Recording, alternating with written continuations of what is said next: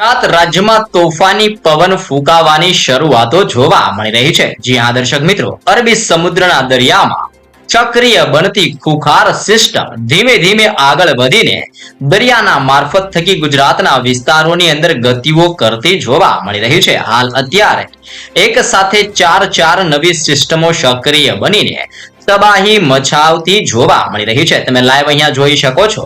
અત્યારે ખાસ કરીને પૂર્વીય ભારતની અંદર બાંગ્લાદેશના વિસ્તારમાં વિશાખાપટ્ટનમ અને ભુવનેશ્વરના ક્ષેત્રની અંદર હૈદરાબાદના ક્ષેત્રથી લઈને દક્ષિણ ભારતની અંદર મદુરાઈના વિસ્તાર અને શ્રીલંકાના સંપૂર્ણ વિસ્તારમાં જોર વધતું હોય તેમ ચાર નવી સિસ્ટમો સક્રિય થવાની સાથે ભયંકર અસરો દર્શાવી રહેલી જોવા મળી રહી છે। દરિયામાંથી આ સિસ્ટમો મોટો વળાંક લઈને આગળ વધતી હોય તેમ દક્ષિણીય ભારતના ક્ષેત્રની અંદર અને પૂર્વીય ભારતના વિસ્તારમાં ભયંકર જોર દર્શાવી રહેલી જોવા મળી રહી છે। નવી સિસ્ટમોની અસરને લઈને હવે પછીની કલાકોની અંદર ગુજરાતના હવામાનની અંદર પણ મોટા પલટાવોને લઈને તાજી આગાહી કરવામાં આવી રહી છે। ગુજરાતની અંદર અત્યારે તમે લાઈવ જોઈ શકો છો તે રીતે પાકિસ્તાનના ક્ષેત્રની અંદર અને જોધપુર એટલે કે રાજસ્થાનના વિસ્તારમાં એક નવી મજબૂત અને તોફાની વેસ્ટર્ન ડિસ્ટર્બન્સ વાળી સિસ્ટમ બનતી જોવા મળી રહી છે। સિસ્ટમ સક્રિય બનીને ધીમે ધીમે દિશાઓ બદલીને આગળ વધતી હોય તેમ ઉત્તર ભારતના ક્ષેત્રમાંથી સિસ્ટમ ગતિઓ કરીને કચ્છ અને ઉત્તર ગુજરાતના વિસ્તારમાં પોતાની તીવ્ર હલચલ દર્શાવી રહેલી જોવા મળી રહી છે। વધી રહેલી સિસ્ટમની અસરોને ગતિવિધિને લઈને ગુજરાતના સંપૂર્ણ હવામાનની અંદર મોટા પલટાવો આવી રહ્યા છે। સાથે સાથે આ વર્ષ એટલે કે 2024ના ચોમાસાને લઈને ગુજરાત રાજ્ય માટે પણ મોટું એંધાણ જાહેર કરવામાં આવી રહ્યું છે। જી હા દર્શક મિત્રો, ખાસ તારીખો લખી રાખજો।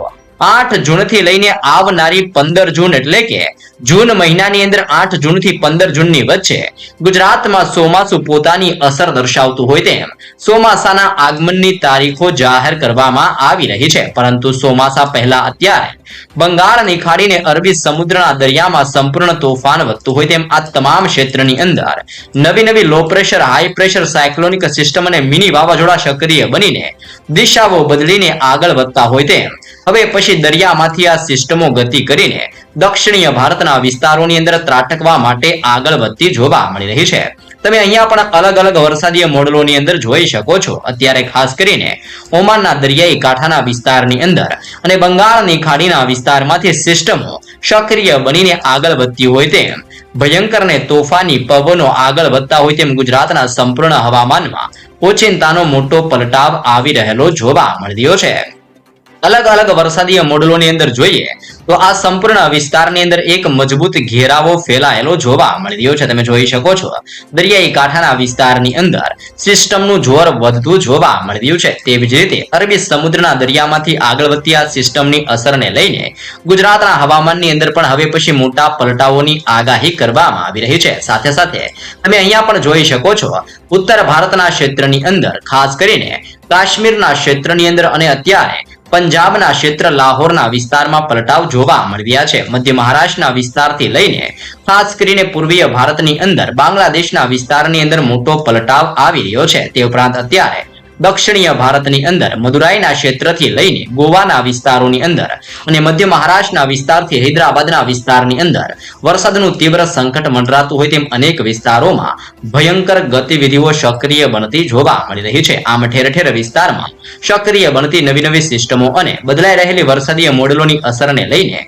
ગુજરાતના હવામાનની અંદર પણ આગામી 3 દિવસ સુધી મોટા પલટાઓની આગાહી કરવામાં આવી છે। જેમાં હવે ગુજરાતમાં 30 કિલોમીટરથી લઈને 35 કિલોમીટર પ્રતિ કલાકની ઝડપે તોફાની પવન ફૂંકાતો હોય તેમ અરબી સમુદ્રનો આ તોફાની પવન ગુજરાતના દરિયાઈ કાંઠાના વિસ્તારમાં ખેદાન મેદાન મચાવતો જોવા મળવાનો છે। હાલ તમે અહીંયા સેટેલાઇટ વ્યૂ પરથી પણ જોઈ શકો છો સિસ્ટમના દબાણને લઈને આ સંપૂર્ણ વિસ્તારોની અંદર ભયંકર જોર વધી રહેલું જોવા મળી રહ્યું છે। જોકે ગુજરાતના દરિયાઈ કાંઠાના વિસ્તારોની અંદર પણ હાલ અત્યારથી જ હળવી હલચલ સક્રિય બનતી જોવા મળી રહી છે। આપણે વિસ્તારોની વાત કરીએ તો સૌરાષ્ટ્રના દરિયાઈ કિનારાના ક્ષેત્રથી કચ્છના વિસ્તારની અંદર અને દક્ષિણીય ગુજરાતના દરિયાઈ કાંઠાના વિસ્તારમાં સતત મોટા પલટાઓની તાજી લેટેસ્ટ આગાહીઓ દર્શાવવામાં આવી રહી છે। તે ઉપરાંત અત્યારે વાદળ છવાયું વાતાવરણ સક્રિય બનતું હોય તેમ ઉત્તર ગુજરાત અને મધ્ય ગુજરાતના વિસ્તારોમાં હવે પછી હળવું વાદળોનું ઝુંડ ઘેરાતું જોવા મળી રહ્યું છે। આમ ગુજરાતના સંપૂર્ણ વિસ્તારની અંદર આજથી લઈને આગામી 3 દિવસ સુધી આ સંપૂર્ણ ક્ષેત્રની અંદર જોર વધતું જોવા મળવાનું છે। તોફાની પવનોની તીવ્રતા અને ગુજરાત ઉપર પ્રી મોન્સૂન એક્ટિવિટીઓને લઈને સતત પવનની તીવ્રતાની અંદર વધારો અને ભર ઉનાળા દરમિયાન માવઠાનું મોટું સંકટ મંડરાતું હોય તેમ ગુજરાતના સંપૂર્ણ હવામાનની અંદર હવે પછી પવનની તીવ્રતાની વચ્ચે માવઠાનું મોટું સંકટ ગુજરાત ઉપર ટોળાવાને લઈને તાજી આગાહી કરવામાં આવી છે।